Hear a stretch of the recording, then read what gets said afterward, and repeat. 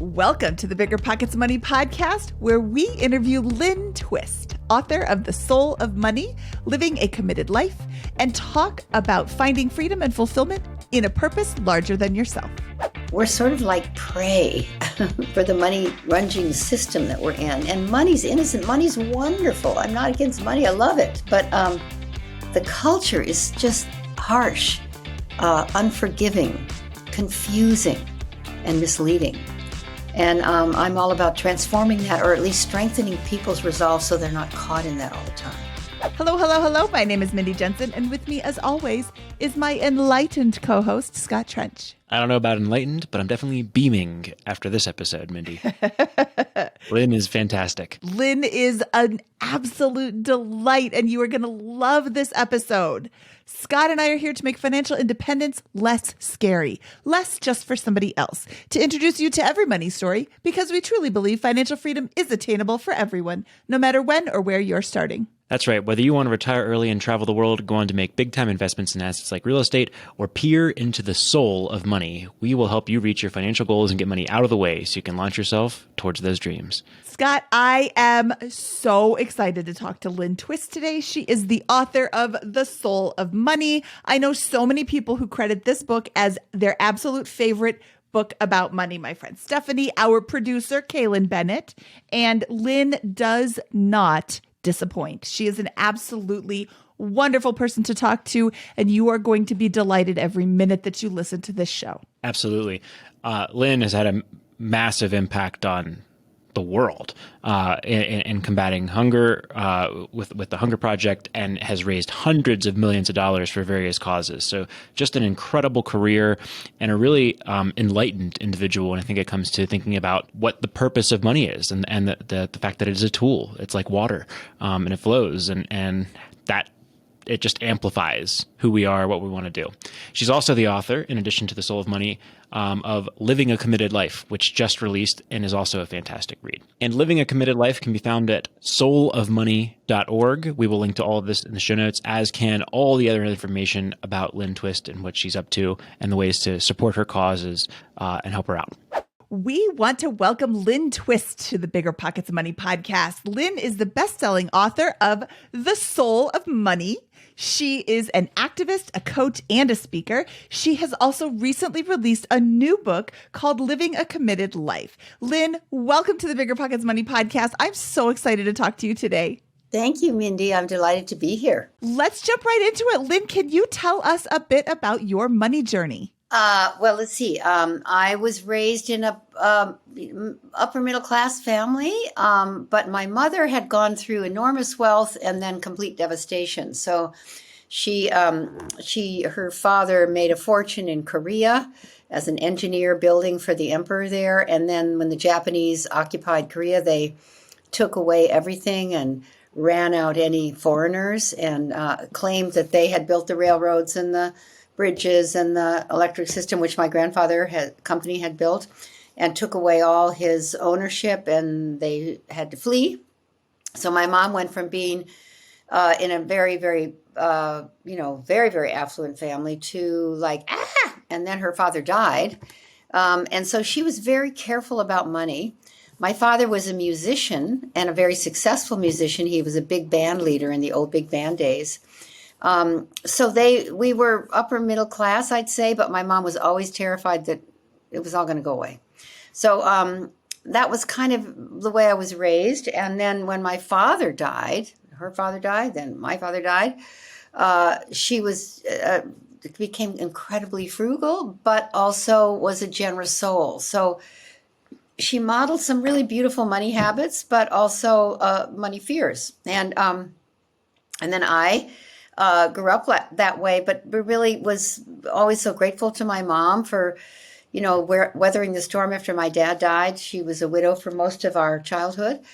And then when I went to Stanford and I met my beloved, my husband, Bill Twist, who's I'm still married to 56 years later. Wow. And he became very successful. He got an MBA. He was right away top of his class, and then he got a very good job, and then started making a lot of money. And we got caught in that, really caught in that. We thought we needed to be somebody we weren't. We wanted to make sure I wanted to make sure I had the right outfits all the time. Were they designery enough, or were they really designers, or were they fakes? And we thought we had need to know all about art, and we needed to know about wine, and we needed to have a BMW at that time was the coolest car. And, we couldn't just go to Yosemite with our kids. We had to go to France. And, we got kind of in that track of status and pretending like we had more than we had, and kind of keeping up with the Joneses, and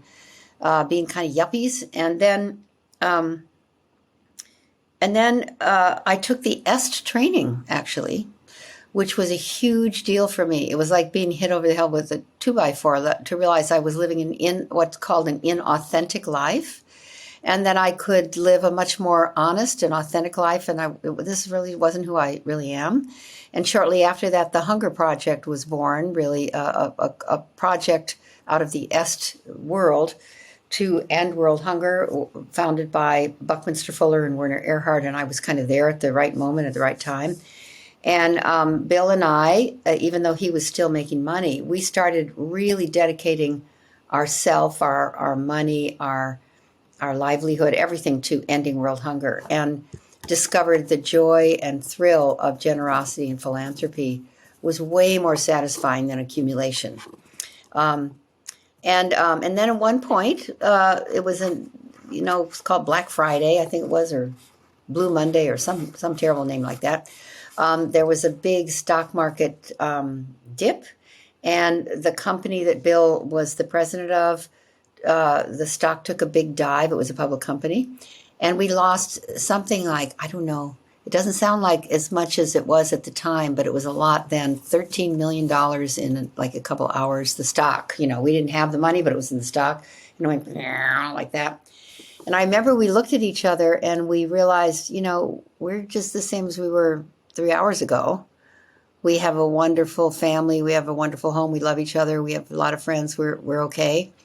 So it was all kind of like a pipe dream anyway, a kind of a fantasy that, having stock.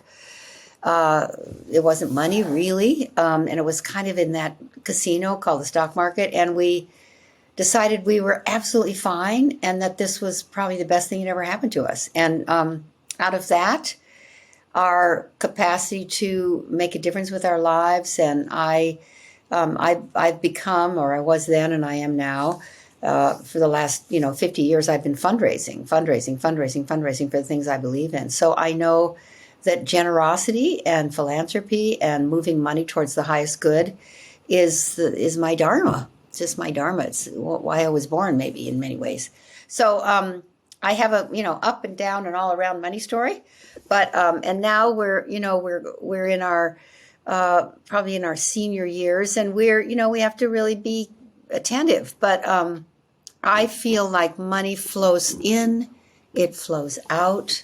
It's not the purpose of life. It's a wonderful part of life, but it can also, you can drown in it, or you can go into some sort of a drought and then think that it's all about you, that something's wrong with you. But money just flows and ebbs, and it's like water. It needs to move. When it's moving, it purifies and creates growth and cleanses. And when it's hoarded and held and stuck, just like water, it can become toxic to you, and you can't see the forest for the trees anymore. So I've been working with people in money in some way my whole life since I started fundraising in kindergarten.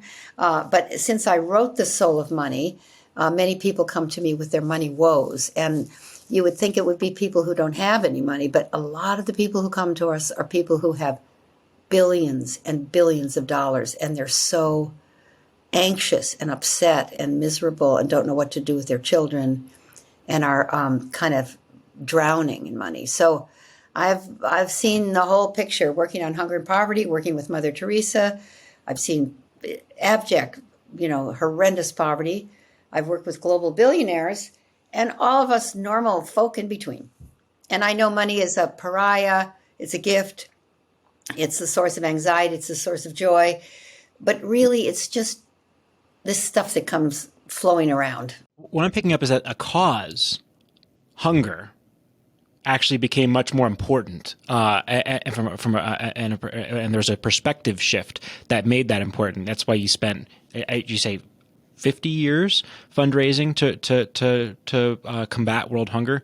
Why did you choose that problem to solve as opposed to malaria or something like that? What was it about that challenge that you gravitated towards, and could you highlight some of the work that you've done? Well, I've been working on ending world hunger since the Hunger Project began in 1977, and in many ways, the answer to your question is I was in the right place at the right time when the Hunger Project was created, and it swept me off my feet because as a child, I'd always thought, is it really possible that some kids don't have any food to eat, that they don't have any water, that they're thirsty and no one can feed them and their parents don't know what to do? I mean, is that really possible? Because I heard that was going on, but I couldn't even believe it. And I remember thinking when I was little, I'll do something about that when I grow up, kind of little kid. And then here I was when the Hunger Project was born, but really when it was created, when the idea of ending world hunger. And it was both the issue itself, but also the idea of the Hunger Project to end world hunger, to go beyond alleviating suffering or making things just a little better, but to know that we live on a planet with enough food for everyone everywhere to have a healthy and productive life, and that it's an integrity issue that we would have 1 billion children starving every day. It's just like unconscionable. So the way the Hunger Project approaches it is through transformation of the way we hold who we are as a human family. And that really appealed to me. And secondly, it was part of this work of transformation that Buckminster Fuller and Werner Erhard came together to look at what is the most severe breakdown in the human condition in 1977, that we can bring the principles of transformation to see if we can resolve it. And not just make it not so bad, but resolve it. And I was attracted to both the methodology and the topic, and then the people who were doing it were just awesome. And I became one of them. And then, of course, feeding people and having people provided for is really an act of love and service and relationship. And when you look at the front and the back side of the hand of hunger, the front side of the hand of hunger is malnutrition, starvation, malabsorption, hunger, seasonal hunger, physical hunger. The back side of the hand of hunger is the hunger for meaning, the hunger to make a difference with our life, the hunger to matter. And that's a very severe hunger in our world. And these two hungers are one. They are the front and the back side of the same hand.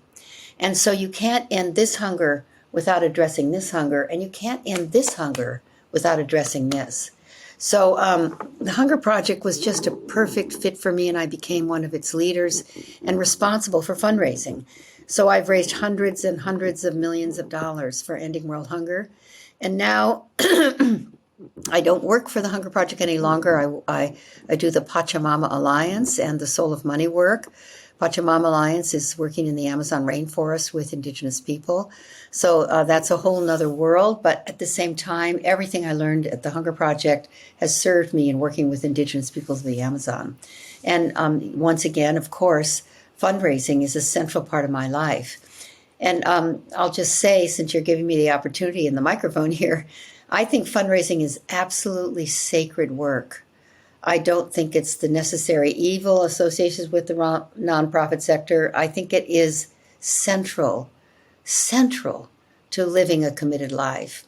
It's the privilege and opportunity to facilitate the reallocation of the world's financial resources away from what we fear, which is where most of our money is going, and reallocating that same money towards what we love. The health and well-being of our families, the health and well-being of our communities, the health and well-being of our children, the health and well-being of the environment, the health and well-being of all children of all species for all time.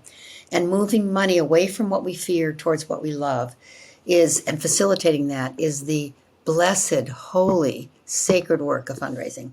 So I love asking for money. I love earning money. I love contributing money. I love the world of money if we know that what it's really about is our own humanity. And money is an innocent and neutral carrier of our love or our greed. And we get to choose. Wow, that was an incredibly profound set of wisdom and worldview that you just shared with us. I think it's fantastic. Could you tell us a little bit about your book and the soul of money? Is that kind of the essence that we're getting at in the book and in your philosophy? And is that what you're trying to share with the world? Yes, I'd say the Soul of Money book is the result of really decades of fundraising and dealing with people of enormous wealth and people living in conditions of poverty and hunger, and then knowing about all of us in between and realizing that the dynamics and society's relationship with money is very, very dysfunctional and also rooted in an unconscious, unexamined belief in scarcity. And that unconscious, unexamined belief in scarcity kind of generates so much anxiety and worry and upset and misunderstanding. And I consider it an unconscious, unexamined mindset that's actually a lie that is reflected in consumer culture, the commodify everything culture, this kind of terrified fear that there's not enough to go around and someone's going to be left out, and you have to make sure it's not you and yours, whoever you think that is. And so I wrote the book to sort of blow the whistle on the mindset of scarcity, so that we would realize that this world can accommodate all of us, that there's enough for everyone everywhere to have a healthy and productive life. And so the book was, a lot of people encouraged me to write a book. I'm not a kind of a natural writer. I like to communicate, but writing is kind of scary because you're sort of solitary. But I got a collaborative writer, and she helped me kind of get it out of myself. And the book has been very helpful to people. And this kind of blowing the whistle on the mindset of scarcity is really an important part of what I think we need to do, because even in this time of the pandemic, the time of a political horrendous, divide and democracy being at risk, and then massive climate crisis, you could say it's all rooted in this fear of scarcity, in this you or me paradigm. Either you make it at my expense or I make it at your expense, because we really unconsciously think there's not enough for both of us. But when you find out there's enough for everyone everywhere to have a healthy and productive life, then you start to shift into a you and me paradigm. You and I can both make it at no one's expense. And that's a very, very different way to live. And it's a much more healthy way to live. It's a more radically truthful way of living. And it's a much more fulfilling way to live. And it will be how we get through all these crises is with a you and me, not a you or me paradigm and mentality and way of living. So the book is a attempt, hopefully a successful one, to get at this unconscious belief system so that we drop it, transform it, and realize we're all in this together and we can make it. So you talk about the concept of enough in the book, not enough, in terms of not enough sleep, not enough time, not enough money. How can someone define their determine their own definition of enough? Because it seems like so many people want more. They can't be happy with what they have. Well, thank you, Mindy. I kind of need to say that a couple things to make that answer make sense. The answer I'm going to give you and the answer is that enough is not an amount. So let me go back and say why I'm saying that. We live in this mindset, we're swimming in this, what I call the lie of scarcity, where we, as you say, we wake up in the morning with immediately thinking we don't have enough sleep, and then looking at the clock, oh, I don't have enough time, and then, oh, we don't have enough this, and I don't have enough that. And most meetings, most podcasts, most everything is about what we don't have enough of. And so the kind of then natural kind of response to that is more more of anything, more of everything, more square feet in my house, more money, more black pants, more this, more of that, more traffic, more market share, more volunteers, more and more and more. And it's so indiscriminate now. And the messaging that you're not enough until you acquire this, you're not enough until you become that, makes us feel that we're living in a deficit world, and we have a deficit relationship even with ourselves. It's not just there's not enough, it's not enough. It starts to be I'm not enough. So we have obesity, we have people just overdoing, eating more than they can possibly assimilate in their bodies. We have a mental illness breakdown, we have suicide rates going up. It's all related, in my view, to this there's not enough belief system that has become an I'm not enough belief system, a deficit relationship with ourselves. So to get to your real question, how do we transform that, really? How do we get from there to this experience of enoughness, which I consider the radical, surprising truth of sufficiency? And sufficiency is not an amount of anything, and enough, in the way I'm talking about it, is not actually an amount of anything either. It's a way of being in the world where you're not scrambling for more, where you, I'll tell you what I call the principle of sufficiency, which is the real answer to your question. And this is worth writing down for people who are taking notes. But first, listen.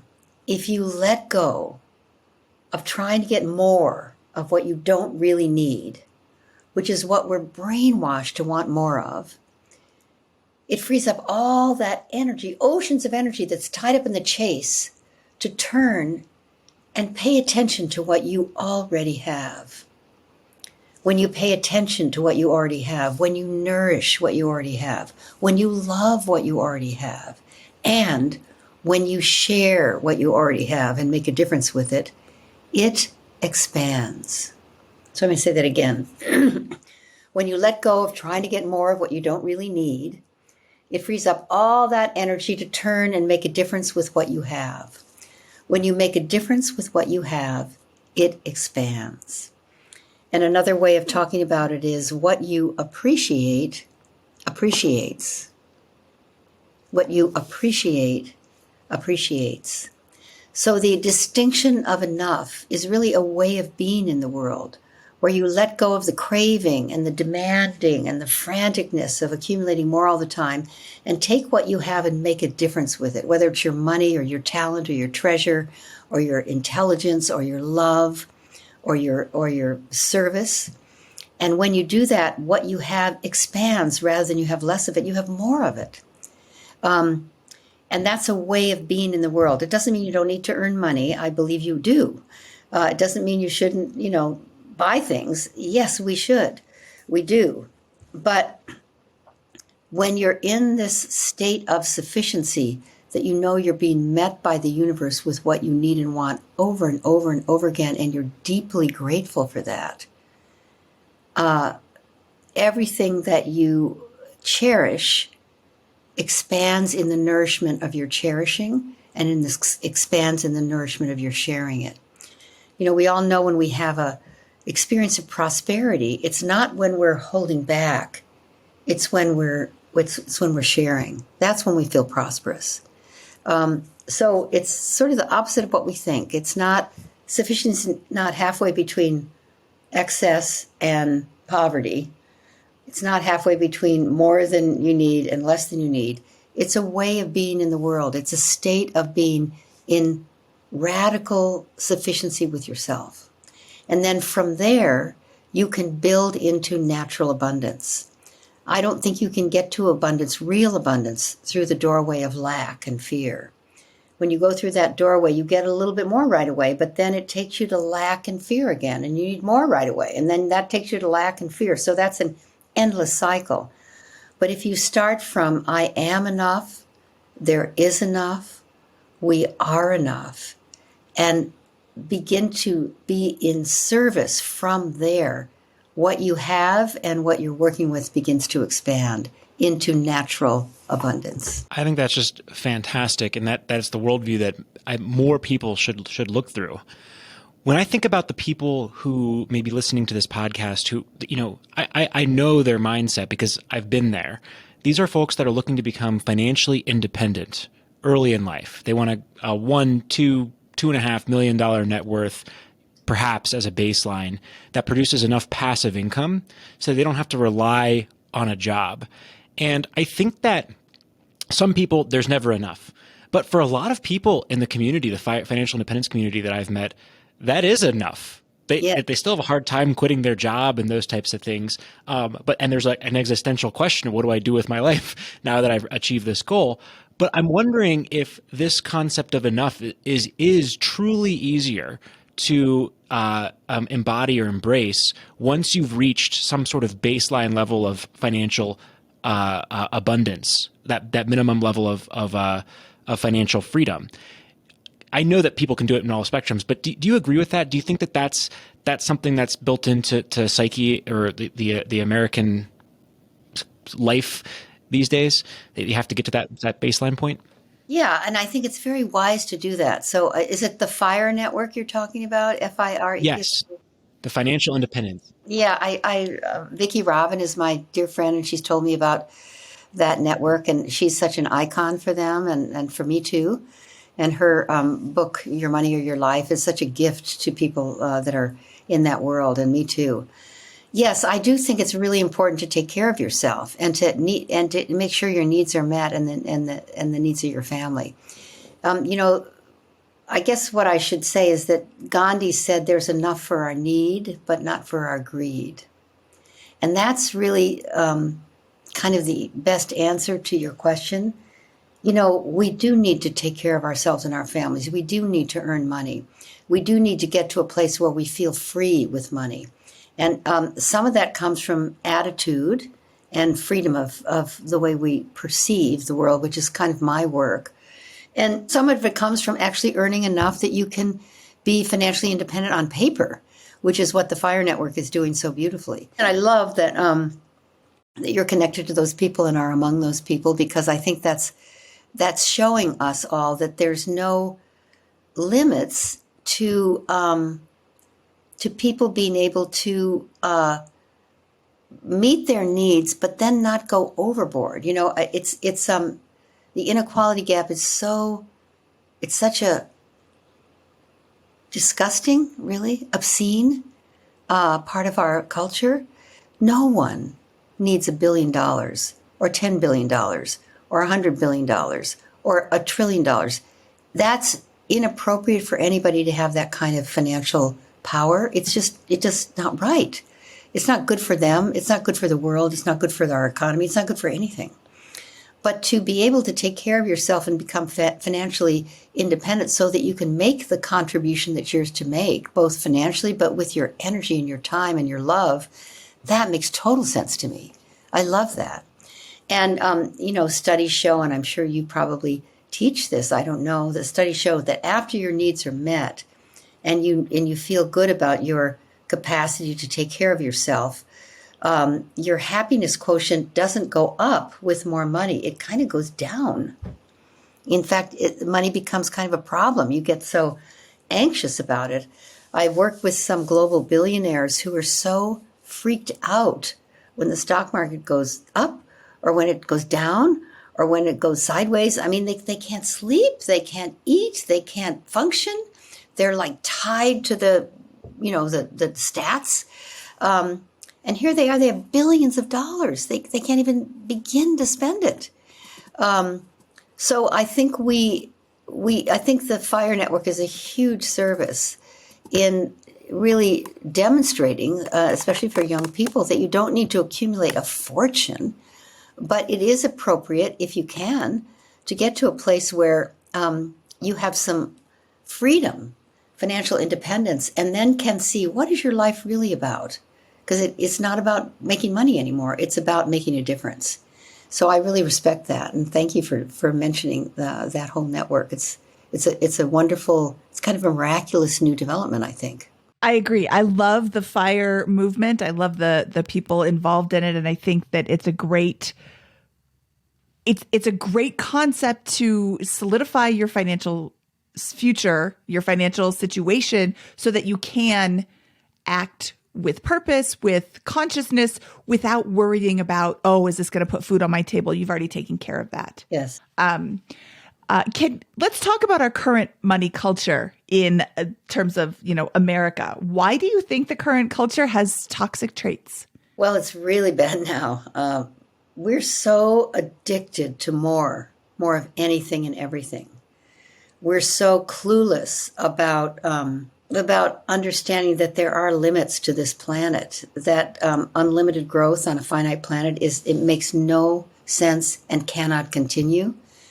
And that we are unabashedly pursuing that as if it's a forever thing is the source in many ways of our inequality crisis, our political crisis, our economic crisis, even our health crisis, in my opinion.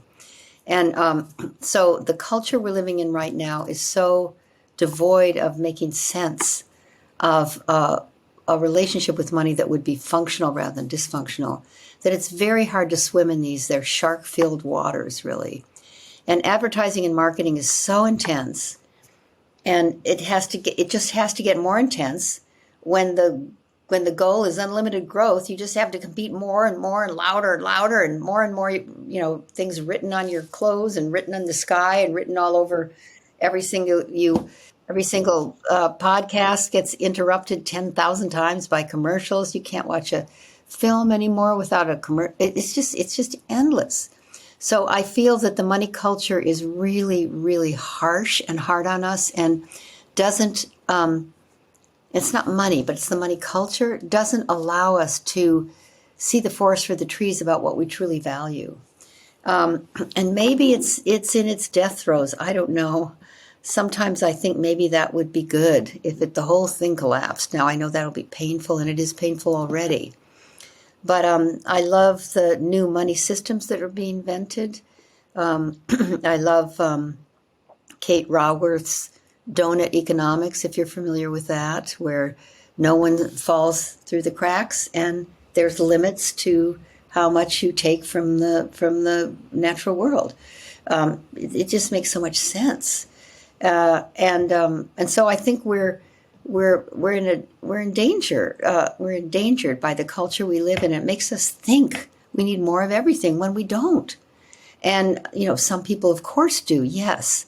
I'm not talking about them. I'm talking about the people who are accumulating, and I'm one of them sometimes. I find myself, it's very compelling, advertising and marketing. It's really, everybody's got our psychology really well. And then, of course, the algorithms that once you buy something online, it presents to you, 2 seconds later, 10 things that, that appeal to you, because they start to figure out exactly what will make you purchase again.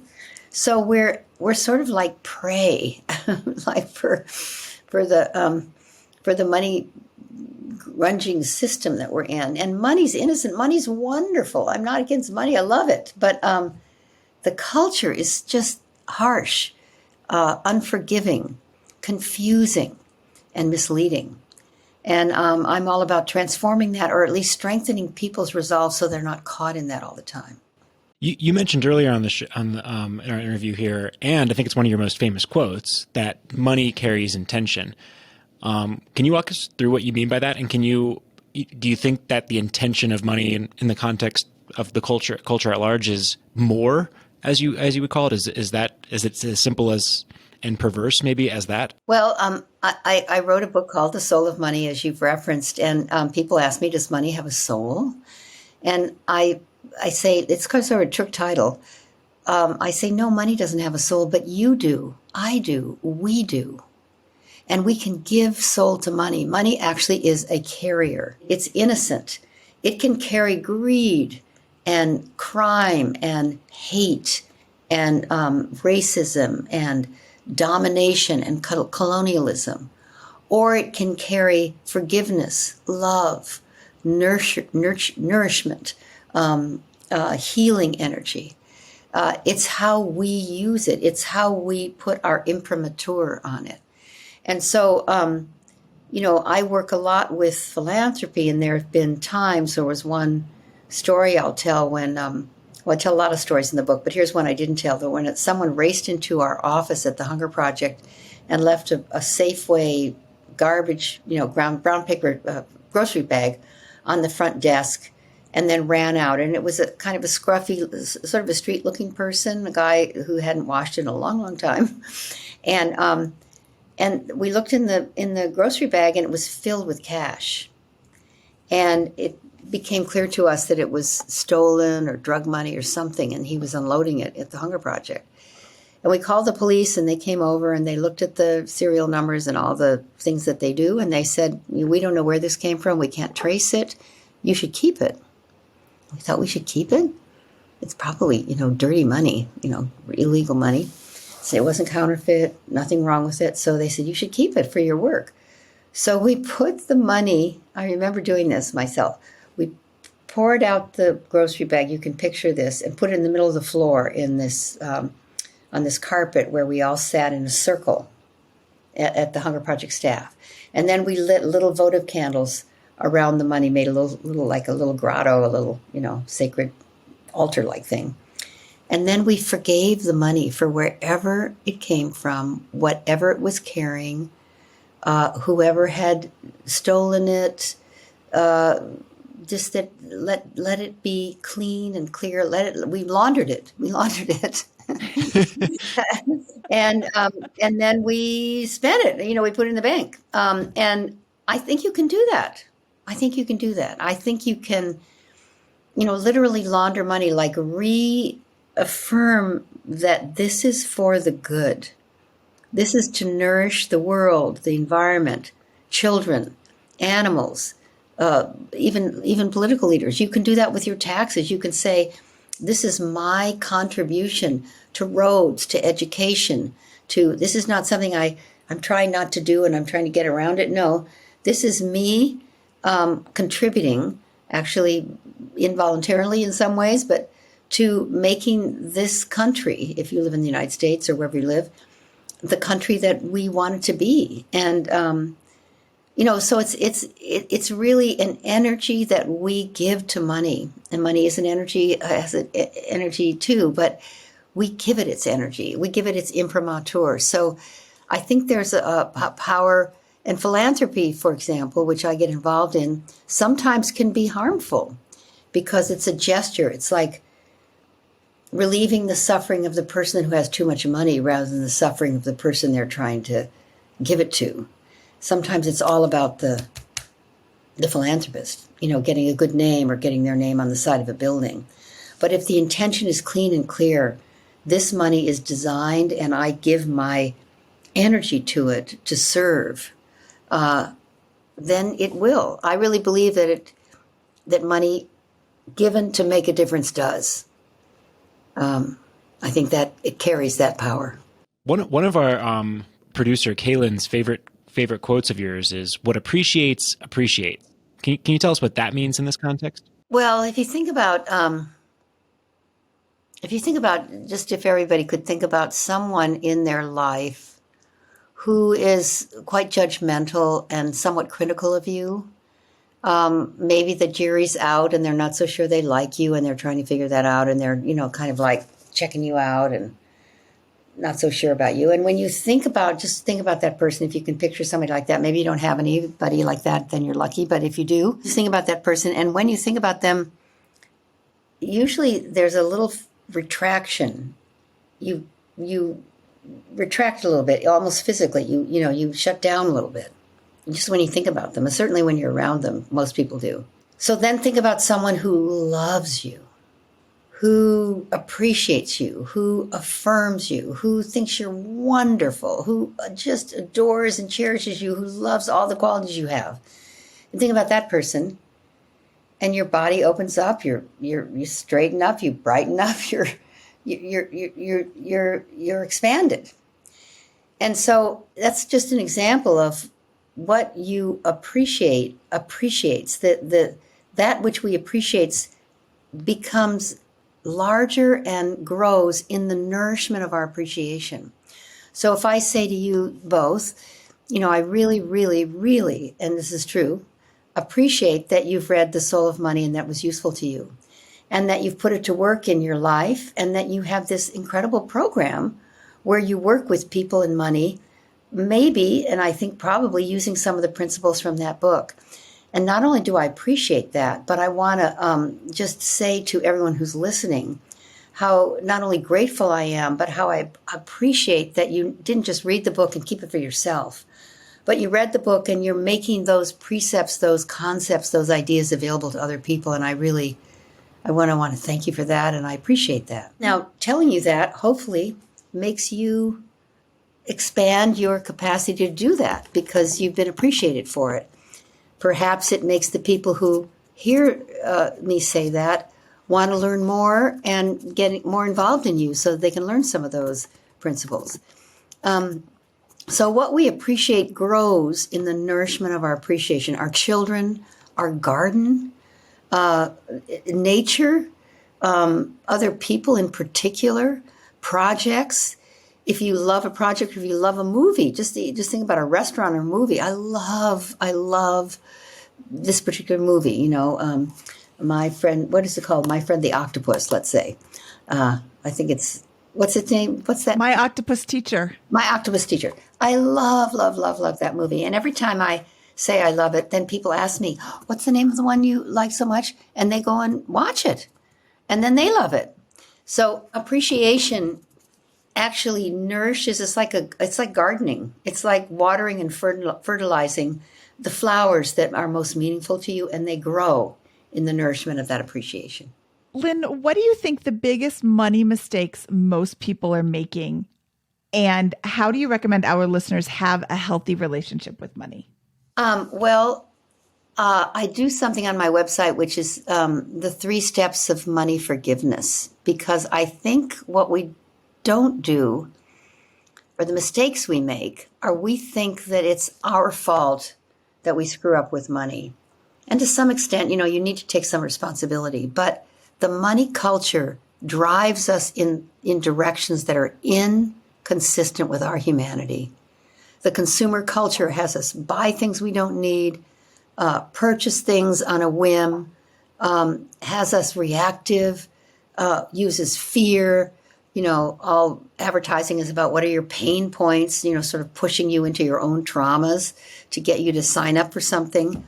So the mistake we make with money is using it to resolve our pain, making mistakes that are really about trying to go the easy route to have more money than we need and just, get a windfall. And we make money mistakes sometimes that hurt other people very deeply. In partnerships, in business partnerships, we lose our way. We can't see the forest for the trees anymore. The kind of shiny object of more money has us lose a little bit of our humanity sometimes. And so most people have upsets. They did things they didn't mean to do. They did things that they wish they hadn't done. We all wish we'd invested in an Apple computer a long time ago, for example. But, other things that are really like we've made mistakes. And one of the mistakes we make on top of the mistake is not forgiving ourselves, is carrying those mistakes forward as if they make us into a bad person. The culture we live in fosters and foments anxiety and upset and wrongdoing around money. And if we can stay in touch with our humanity, we'll realize that we got caught in that and that we're not flawed, but the system that we're in is flawed.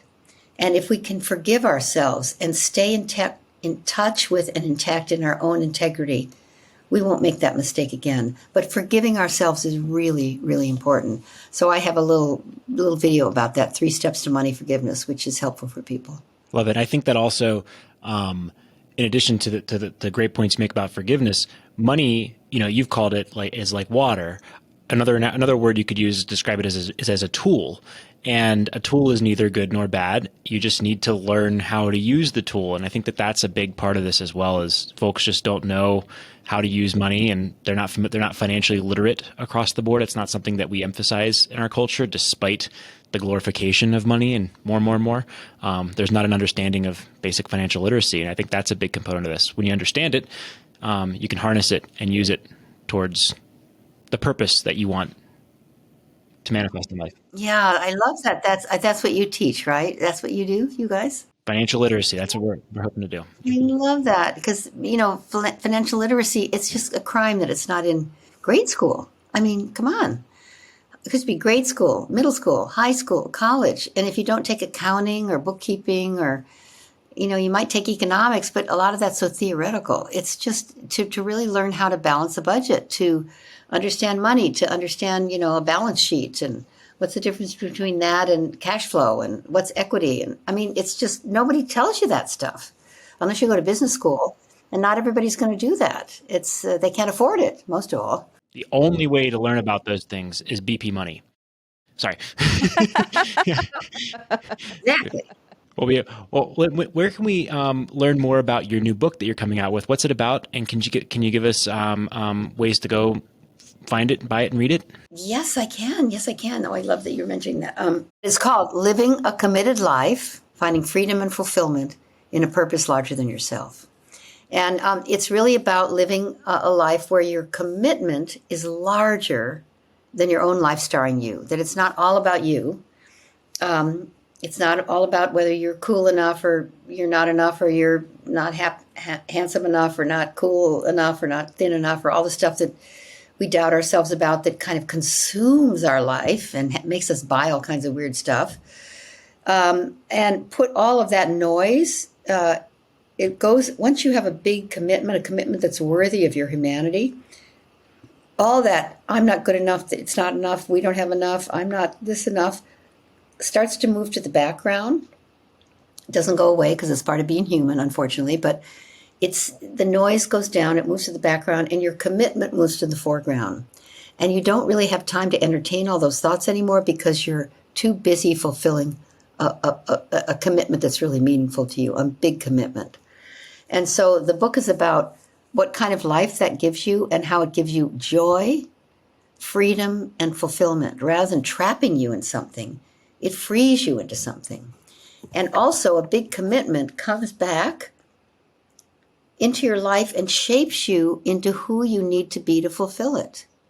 I'm sure the two of you, when you started, I think the three of you, when you started this whole podcast thing, had a vision for it.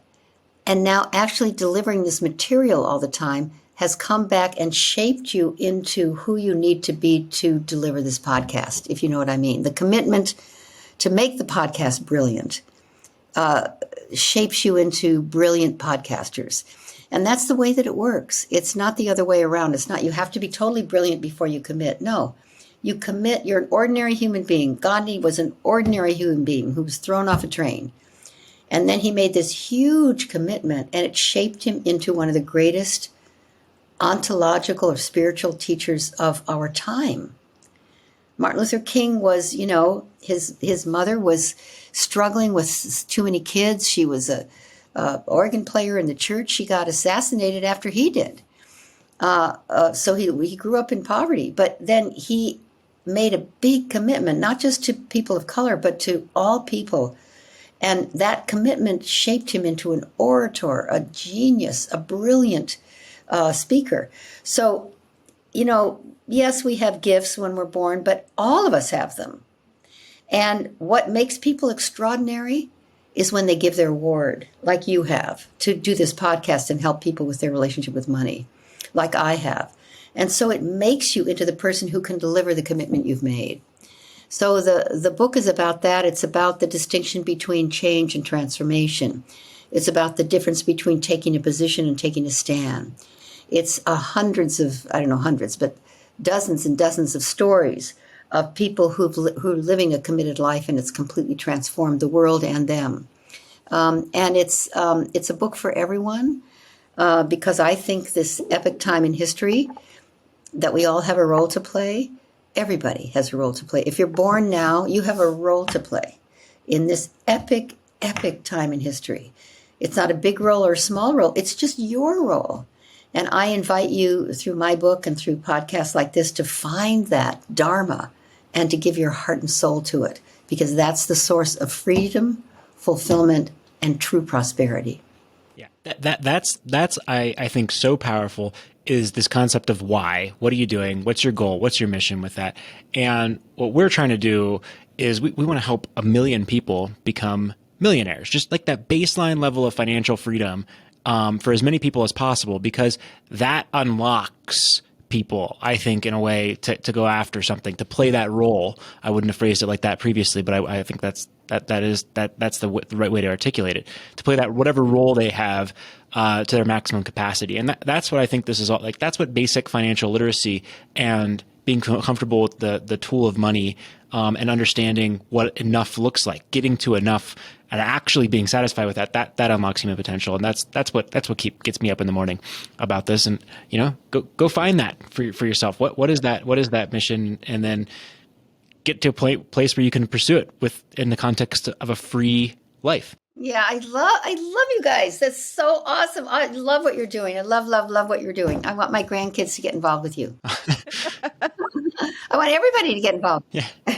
Fantastic. Wonderful. Wow, I just love that. Bravo. Lynne, where can people find more about you? Well, they can go to soulofmoney.org. soulofmoney.org. And there they'll find the Soul of Money book, the Living a Committed Life book. I think it's right now probably right on the cover. They'll find 3 Steps to Money Forgiveness. It's a little, 3-minute course that you can take. And all kinds of stuff on there if you just kind of click here and there, soulofmoney.org. And then I do want to say that the Pachamama Alliance, the work we do in the Amazon rainforest, which is really, really awesome, and a chance for people to engage with indigenous wisdom, and the kind of the courses we do that open people's hearts and minds to the natural world in new ways, and social justice is another thing that I want to just mention, because it's another portal to really living a committed life. And that's Pachamama.org, Pachamama, Pachamama, all one word. Pachamama means Mother Earth, .org. That's another thing. And then the Hunger Project, of course, that I spoke about.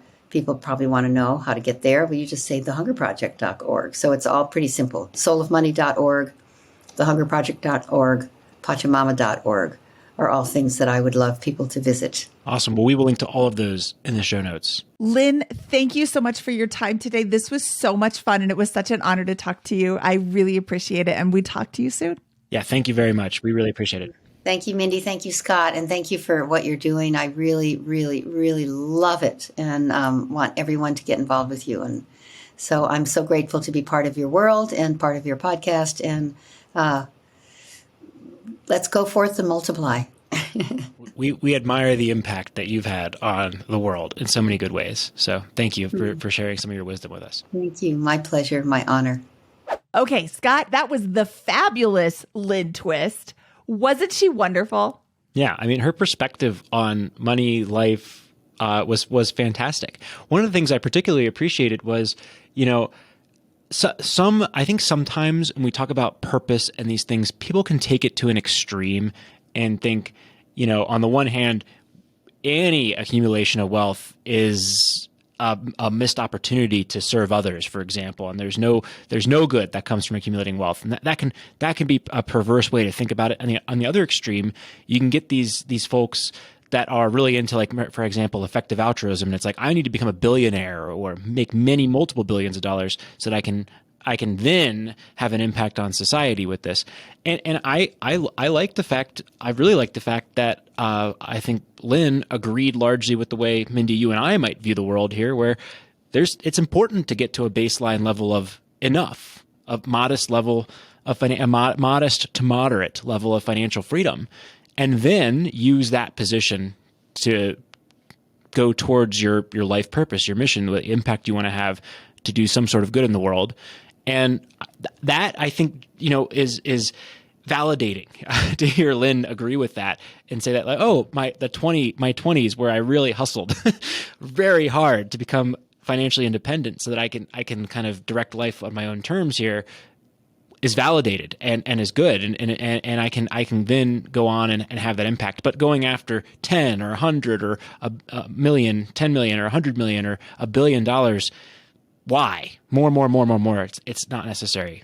I think we've got it in the FIRE movement. I think you're right, Scott. I think that people who come into the FIRE movement who have maybe just heard about it are super excited about the retire early part.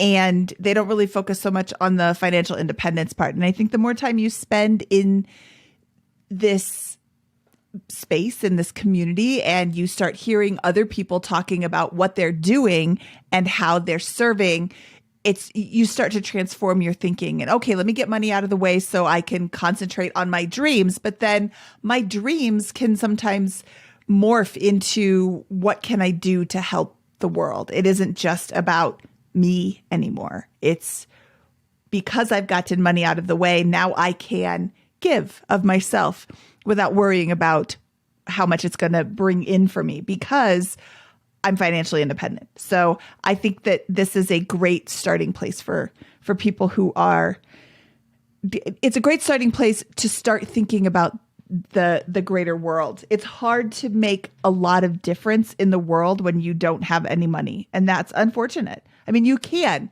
I'm not, oh boy, I am digging myself a big hole. But it's a lot easier to make a difference with money, and it's a lot easier to make a difference with time. And if you are working full time to put food on the table and pay your bills, it's hard to give back outside of that time, especially if you have a family, especially if you've got all these other obligations. You know what I mean? Am I just like, do I just need to stop talking because I keep digging? No, I completely agree. I would phrase it as power, right?